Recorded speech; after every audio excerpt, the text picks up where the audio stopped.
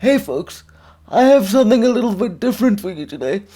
I thought I would give you my opinion and reaction to a report produced by E-News Channel Africa, one of South Africa's biggest broadcast news channels. Specifically, this report is about the South African police minister and his attempts to engage with various communities around KwaZulu-Natal, the province in which I live. So let's get started. The police minister, Bheki continues to engage with KwaZulu-Natal communities through crime prevention imbizos. Communities are expressing their dissatisfaction with the lack of police visibility in their townships. They are also calling for the recognition of community police forum members. Cele is in Durban's Claremont Township today, and that's where we find ENCA's Letiwe Mdluli, who is following that story. Letiwe, so we heard yesterday from residents of Umlazi, and today you are in Claremont. What are the unique issues or similar issues that are coming out from residents in that area? Just for reference, when a community is called a township, that is basically a South African colloquial term for a very poor community that often just sprang up spontaneously. People build their own shacks and often illegally connect to the electrical grid because they have not been provided with formal access to proper resources. Let's continue.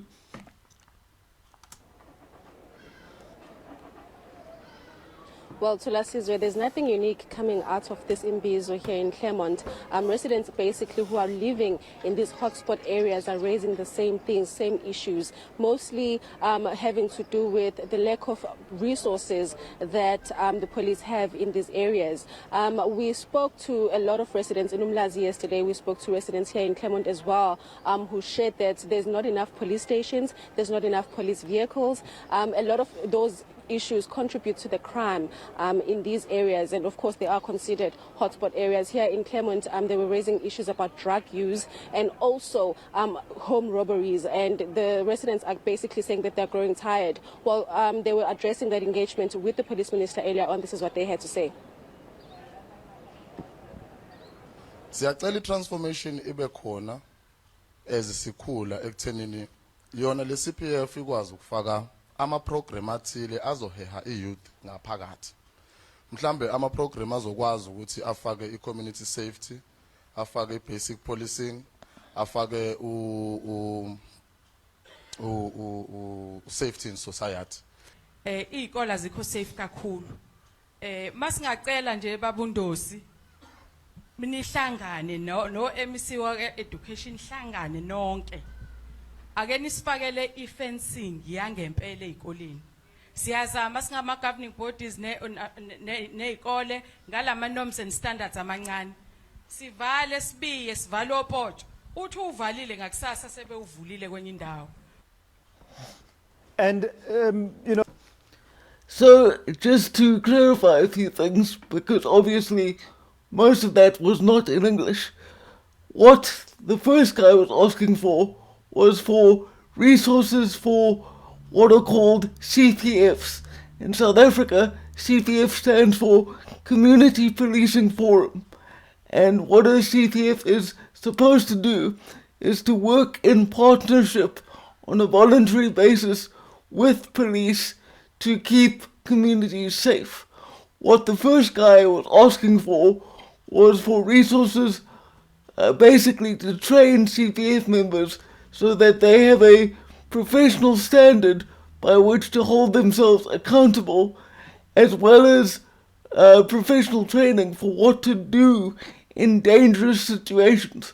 Because, as you'll see, particularly later on in this video, it's the CPFs who are the first responders whenever anything crime-related happens.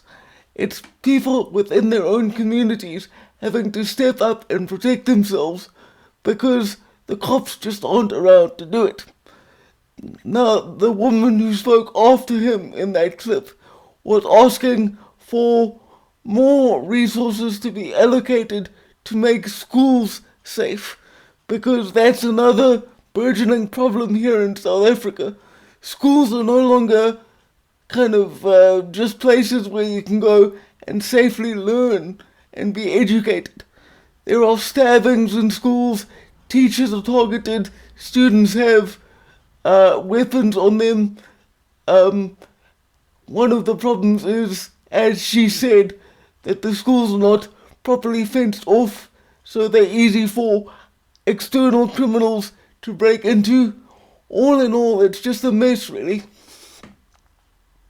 No, Letiwe, this is not to make light or minimize the issues that the communities are raising. It's simply to emphasize the point that the problems are well known and they are replicating themselves in almost every community because of the kind of situation that we face in terms of the similarities of the issues. So in terms of what the minister has had to say then in response to these issues that are well known in each and every community that he goes to, did he have anything extra or new to say to the community of Claremont? Well, Thulasizwe, I'm actually joined by the police minister right now, Peggy Cele. Minister, thank you so much for joining us at ENCA. Basically, what Thulasizwe was asking me is that, do you have anything new to tell these residents, because they're raising the same issues, lack of police stations, lack of police vehicles. They're also calling for more policing in their areas, because if there's police visibility, there's less crime. Do you have anything to share to make sure that crime in these areas, these hotspot areas that you've been visiting, is decreased significantly? Well, to start with, Mamdluli, Thulasizwe, most of these Imbizo go around is because we are invited by communities themselves. So the time will never come when we are invited by the communities and we say no. eThekwini is one of the very high city when it comes to crime. That's why we spend almost 3 days here, including the deputy minister will be here tomorrow down south Mbumbulu. There are many things to tell the community, but there are many things for them to tell us. Indeed, you will only know better when they tell what they are expecting to happen. But you are also say to them, these things can't happen all simultaneously. It's a known thing that we have shortage of the members of the South African police in the Republic of South Africa. But you would say to them, these are the resources that we have in terms of the warm bodies. These are the resources that we have in cars, which is easy to deal with that. For instance, when the district commissioner was here 1.5 months back, there was one car working at the station we are at Dabega, and 23 of them were not working in garage. 11 of them are working now. So when you communicate with the community, something comes out, but you also tell them to say, as you communicate with them, there will be police coming out come December 15, 10,000 of them in the Republic of South Africa. Some of them will come to this station. But you simply say to them, Okay, I'm going to pause it here because, as you can see, the police minister is saying a whole lot of words without actually saying anything of any substantive meaning, which is what he's got a habit of doing, and what many South African politicians have a habit of doing. It's not simply that there aren't enough cops on the ground. It's that the cops that are on the ground, many of them are so poorly trained that, as I've shown you in a previous video I did last week, if criminals want their firearms and their other tactical equipment, they can simply break into a police station while the cops are there and take stuff. And most of these cops are completely unable to do anything about it. How is our community supposed to feel safe and protected by the police when they are unable even to protect themselves? you know who are the criminals. Give us those criminals. You say to men, you know that you rape, because part of having Izimbizo is a social mobilization and also involving communities to be part of solution rather than complaining. One must say that we're quite comfortable as they say those things, but especially here in Clermont, they are simply saying we are part of solutions, work with us, and we say as a police, work with us. Indeed, the time will never come where we won't be part of the communities as we're invited by them, or ourselves going to work with them, but also to be answerable. For instance, the previous stats, this station was number 19 in terms of rape and murder, but now is number 7.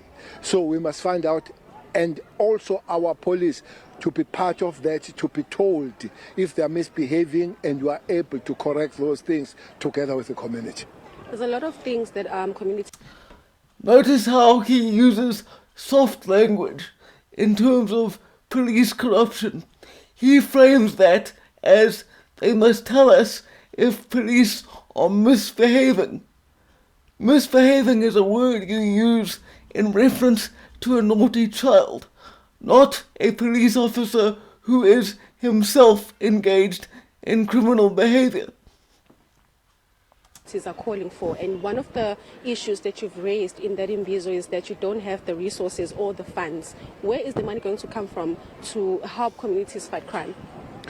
Well, as we have said, Mamduli, that we'll have to overstretch those resources that are there.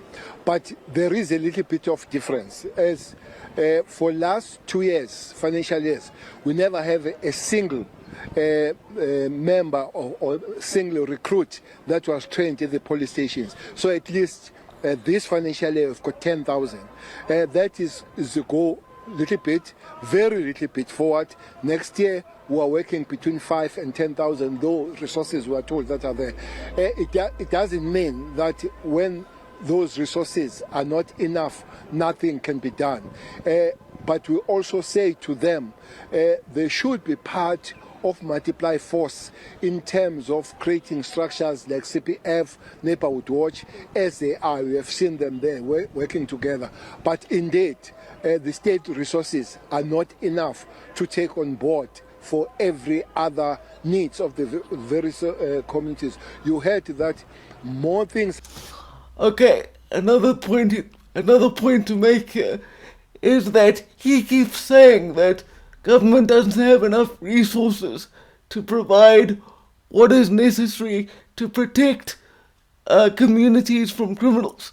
And yet, if you saw the video I made yesterday, the president changed ministerial rules so that his cabinet would not have to pay anything for access to electricity or water services in their official residences, as well as the fact that state funds have been spent to equip their private homes with generators and other equipment so that they never have to deal with load shedding like the rest of us ordinary South Africans do. So when Stella here says that there's simply no money to fund these projects or to equip police stations, that's bullshit, quite frankly. It's just that they don't care enough and would rather spend what money there is on their own comfort. That were raised today here where education matters, things that are happening at schools that are unsafe, not fenced and all that. So those are needs of the community, the health needs, housing and all that. So we'll have to work around, stretch these resources, get a little bit of what, but communities to be called on board to work with us. We spoke a little about community policing forums. They were also present today in this engagement. And one of their issues when it comes to dealing with the crime in their areas, because they are the first responders when it comes to getting those perpetrators in their environments, they are saying they are not helped by the police enough, and they're also asking for incentives. Are you looking into that? Well, in the CPF is a structure of the constitution and the legislation, and it's very clear that it's a volunteer structure. But it is true that you can't expect people not to have the equipment. For instance, things that they speak about is a transport, is a communication which might be there, cellular is there, their comfort. They say, as we had the minimals, that come winter is cold, come summer is rain. I think we agree in principle that will have to happen. We have tasked the MEC of Gauteng, Faith Mazibuko, as we speak, because they have started dealing with those incentives in Gauteng.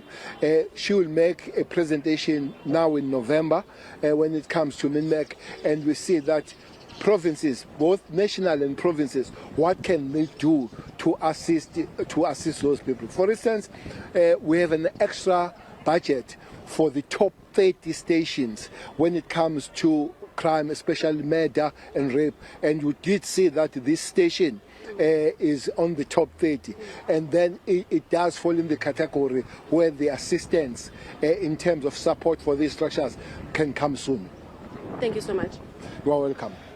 So Thulasizwe, that is the police minister, Peggy Cele, basically taking us through some of the plans that they have, and he's also saying that they will not give up on having these imbizos because they are very important in terms of having those communication with residents when it comes to finding out exactly the kind of problems that they're dealing with in their areas. He's also mentioned that they will be trying to find ways to assist members of community policing forums because they are very important.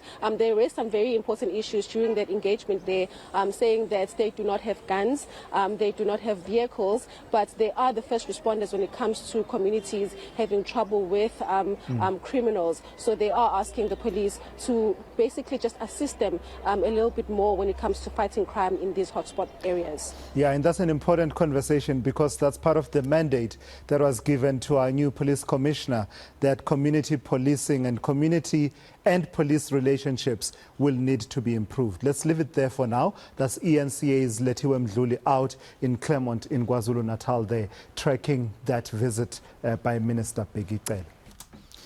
Now, I want to be clear about this because I think that this is the best example I've yet come across in several years of just how poorly things like this are managed from a governmental level.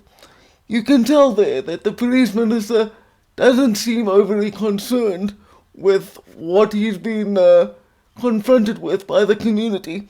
And why would he be? South Africa's not dangerous for him. He travels when he attends these events in a motorcade of several police vehicles. No criminal in South Africa would be stupid enough to try and attack a politician of his standing. He will never be in any direct danger, so he doesn't have to worry about the things that ordinary South Africans worry about. And as you saw, all he did was spew a whole lot of prepared facts and figures and kind of sidestep a lot of issues, like when he was asked whether the government would provide resources directly to community policing forums. His first response was to remind the journalist that community policing forums are essentially voluntary organizations. The reason that community policing forums even exist in the first place is that most South Africans are aware that the cops aren't going to save you if something bad happens, so it's up to you to defend yourself. Another problem related to that, however, is that it's very difficult from a legal perspective for an ordinary civilian to defend themselves because our legal system is so heavily weighted on the side of criminals that even if you do happen to use lethal force or potentially lethal force against a criminal, either the criminal themselves or the family that's left behind, should they be killed, can sue you for wrongful death and even loss of income. I kid you not, a common thing that happens when criminals in South Africa are killed as a consequence of their criminal behavior is that their families will sue those responsible for the killing because they claim that the criminal that was just killed was their primary breadwinner. So I guess what I'm trying to show you here is just what a mess the policing structures of South Africa are in, and just how little the man in charge of those structures seems to actually care about what happens under his watch. Anyway, that's all for today, and for now, farewell.